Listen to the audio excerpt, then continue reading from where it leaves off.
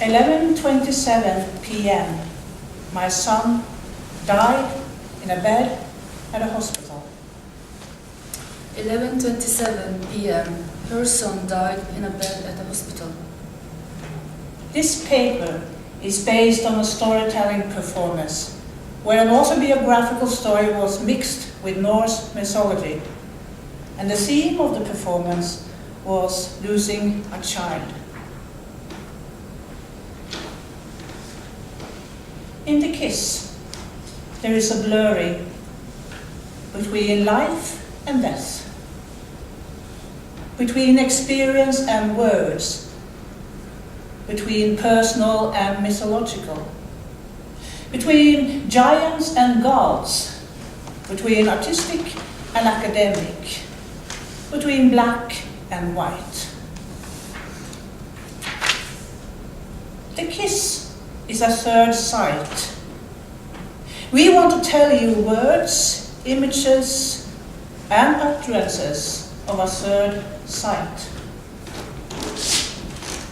I work with art-based research. I work with art-based methodology. What are the sources of art-based reflection? The core of the art-based research is the artistic experience meeting life itself. The grieving mother with the songs, her breath, her son's breath. The layers in the narratives that meet the interpretive heart, body and mind of the research. Researchers with a thinking heart do not believe in pure objectivity. As Alex Ortega claimed in 2010, it is a myth that reflection is only possible from the outside. The researcher's voice comes also from within. The researcher's voice from within is mixed with theoretical and analytical embodied reflection.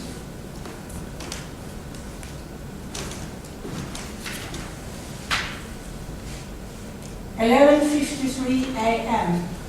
I had been sitting by his side since 11:53, my dying son. On the left side there was a window. I looked out of the window.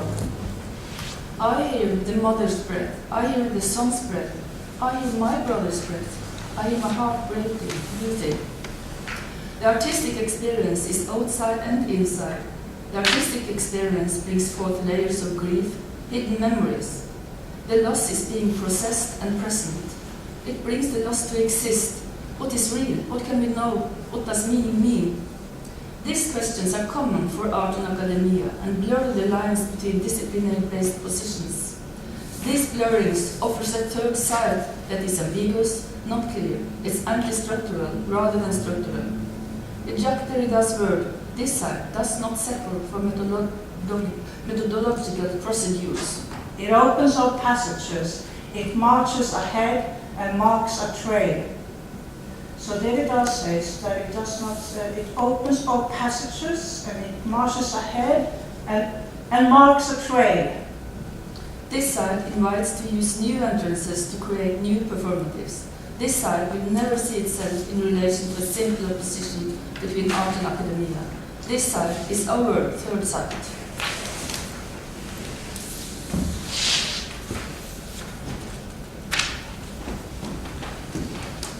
The window was open. It did not help. Both inside and outside, the air was... Sometimes I stood up and left the room so that others could sit down to say goodbye. Then I sat down again.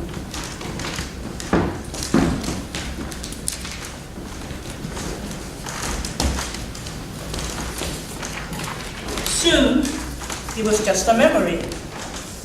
Death kissed him because he got this kind of a blue line around his lips. And his skin turned grey. And the nurse, she tried to say it as gently as she could. She said, "Now he has passed away." He has passed away? I didn't see him pass. Why didn't she say that he's dead? What is the meaning of this? What is the meaning of this?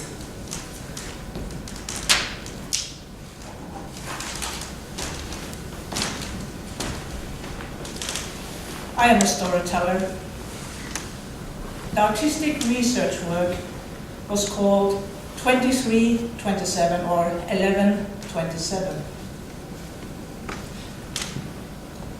In the storytelling performance, and also biographical story, was conveyed with a Norse myth about Balder, the beautiful god that dies. So in both stories, a young man is dying. To experience a child die is painful and meaningless. The meaningless can be understood through a sense of what meaning is. Meaning is not a finished size that can be weighed and measured, but meaning can be attached to qualities like future orientation, relationship, hope, and harmony. To account for the presence of death is also conceptually difficult to articulate. To say that someone died is a reality that often sounds too brutal. Therefore, it is packaged into concepts such as he passed away. Searching for the meaning in our case calls for a language. Searching for the meaning in our case calls for a language. In his incomplete work, The Visible and the Invisible, the French philosopher Maurice Merleau-Ponty examines the relationship between experience and verbalization of this experience. The experience is surrounded by silence that the words breaks down. Experience is mute and unaware of its own meaning. The experience makes a call for the language. So to tell about my son's death is a kind of shaping of meaning through using a narrative. Merleau-Ponty also introduces the term the flesh, which can be understood as the living body, the body that feels, looks, tastes. The body is looked upon as something that is aware of its presence. The language realizes this presence. This corresponds to the development of this performance. Through experience, the experience of losing a child, there was a need to make sense of this experience. I could not leave my dead son in silence. There were memories to be taken care of. I had to speak. My language is a story. The story told created new experiences. New experience. Artistic experience. The artistic experience in the third side contributes to an epistemological pluralism that challenges a conventional way of understanding knowledge from an analytic distance in academia.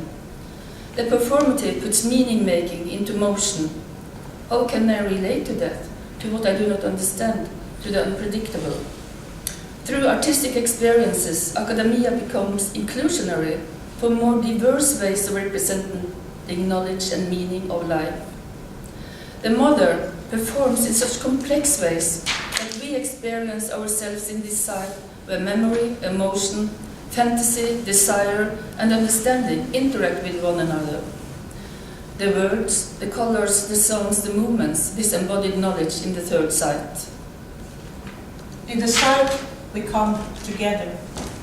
The mix, the blurring, is both the danger and the creative force according to Norse mythology. It is clearly seen in the character, the trickster called Loke or Loki. He is a mix between giants and gods, chaos and reason. He is the one who makes sure that the world goes on, but he is also the end of the world, as he kills the beautiful god Balder, and with this creates what we call Ragnarok, the great grief. Loke, one day, he left the land of the gods, and he went far, far away to the land of the giants. There was a forest there. Among the trunks, among the tree trunks, he saw something coming towards him. It was a giant woman. She had long, long legs. She had heavy breasts. She had long, long hair. She went straight to Loke. She grabbed him in her arms and she said, "I've been waiting for you." And then she kissed him. Her name was Angerboda, which means "you will regret this." Then they started immediately blending their bodies, exchanging fluid, up along the trunks of the trees, down on the ground, here and there, in and out. The third side, sometimes she had to leave the room so others could say goodbye. After a while, a good while, Loke got tired. He wanted to leave. And Angerboda, she said, "What about the children?" "The children," said Loke. Yes, this endless activity had resulted in 3 children. And Angerboda, she said, "I'm a modern woman. I have my own business. I don't have time to take care of the children. You being the father, you take the children." So Loke, he had to leave with his 3 children. Who were they?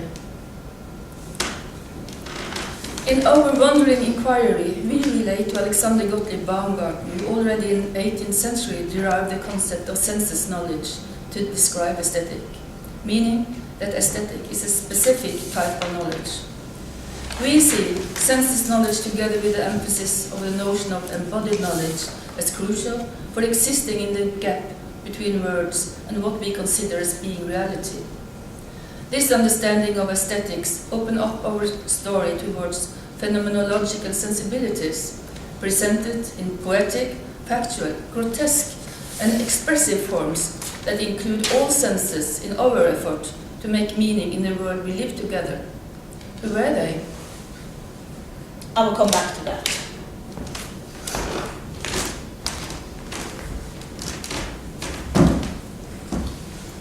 The grieving mother's voice and movements lead us into the stories. The Norse giant Angerboda and the trickster Loke request our bodies to participate in the blending of bodies, embedded in nature's circulation, bodies and the cosmic, overreaching in relation to individual geography. That reminds me of something. This aesthetic experience becomes a part of my experiences. Just like John Dewey put it in his effort to make distance to looking upon experience as something that happens exclusively within us, understanding experience as an essentially psychological concept. Dewey claimed that the objects and events are as much a part of experience as we are ourselves. That reminds me of something. The performative destabilizes conventional presentation of subjectivity through narrative elements that destruct, at least challenge, conventional forms of representation. The cultural theorist Morten Kudrup highlights the performative character of meaningful action as a performative doing or a performative being that not only points into here and now and the future, but also look back in the archives. That reminds me of the flesh. What do you mean? The flesh. I saw my son die. His body lost what I recognized in him. I saw, I heard, I felt that there was a different being lying there. Not my son. He was an object. My living body reacted to the dead body. It was the sensation of Kristeva's adject. The paradox, the beginning and the end. To understand the meaning of this, I had to use my body to enter the memories. I had to use the body to turn the experience into a language of aesthetics. My body, their body is also important in grotesque realism, a work found in a work by Mikhail Bakhtin. The grotesque realism as an aesthetic is the material bodily principle of life. The body is unfinished, as it still creates and is being created. The body reveals its being as an expanding and self-crossing element through acts like intercourse, pregnancy, birth, drinking, satisfaction, fighting with death, and the kiss. The grotesque realism used in the third side offers a narrative modality where the psychological aspects disappear and instead the cosmic is emphasized. Mikkel Fugl-Eschær says that in the cosmic worldview, the history of the individual is written in the circles of the body and nature. This means that the mourning mother's individual biography is inscribed in cyclical streams connected to bodily desire, life and death. and this refers to what Bakhtin describes as our collective body. The grieving mother story as an artful production of meaning holds our body and mind in the grip between grotesque irony and fragility. Degradation is a prominent feature in grotesque realism. Everything that is spiritual, ideal and abstract is brought down to a material bodily level. The second feature is the transcending. It has no clear and normative boundaries between the cosmos, the social and the body.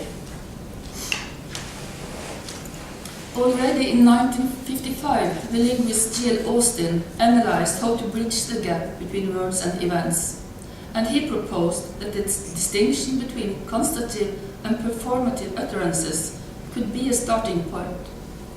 Austin created his third side, where the performative utterance actually does something in the world, like promising, forgiving, and make creative spaces.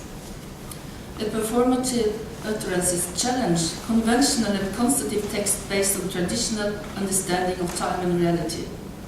The flesh fighting with death is a kiss between the utterances. Via grotesque realism, we are removed from the actual death happening 11/5/2016, and our own sorrow and the death of our beloved become situated in our body and soul. As such, the aesthetic experience is based upon both an epistemological and ontological elasticity, because the experience demands elasticity. This can be connected to what Bakhtin called a polyphone approach regarding how to perceive knowledge and meaning in the fields of academia and art. Estella Pollock, that worked with performance theory and cultural studies, claims performance writing is evocative, reflexive, multivocal, citational, and always incomplete. For the traditionalists, for the conventional academics, these concepts are outside the field of academia. Unlike this, we, the two performative voices, search for the multivocal and simultaneous entrances for creating art, science, and methodology in the third side. This multi-layered encounter between art and academia develop what we will call an aesthetic epistemological position common for the fields. The third sight. Loke, through his three children, he becomes the cosmos, the body, and the social. And his three children. First, you have Midgardsormen, a serpent growing so fast that the gods had to throw it into the ocean. And it continued to grow until it reached its own tail, surrounding the whole world. And it bit its own tail. And it holds the world together. If it ever let go, the world will collapse. Land will sink, water will rise, and you have to find a new place to live. The second child, Fenrisulven, the wolf so greedy that he wanted to swallow the moon, so the gods had to make a chain to tie it, and the chain was made out of the sound of the cat's paws. It was made of the women's beard. It was made of the spat from the birds. It was made from fish breaths, and it was made of the roots of the mountains. The third child, Hel, a funny name for someone who is half. Hel means whole. She was half dead, half alive. She was the kiss. She is the queen of land of no visits. No one wants to go there, because she is the queen of death, not any kind of death, but those who died of sickness. My son was sick. He had cancer. I kissed him, transmitted the memories, and created a new being.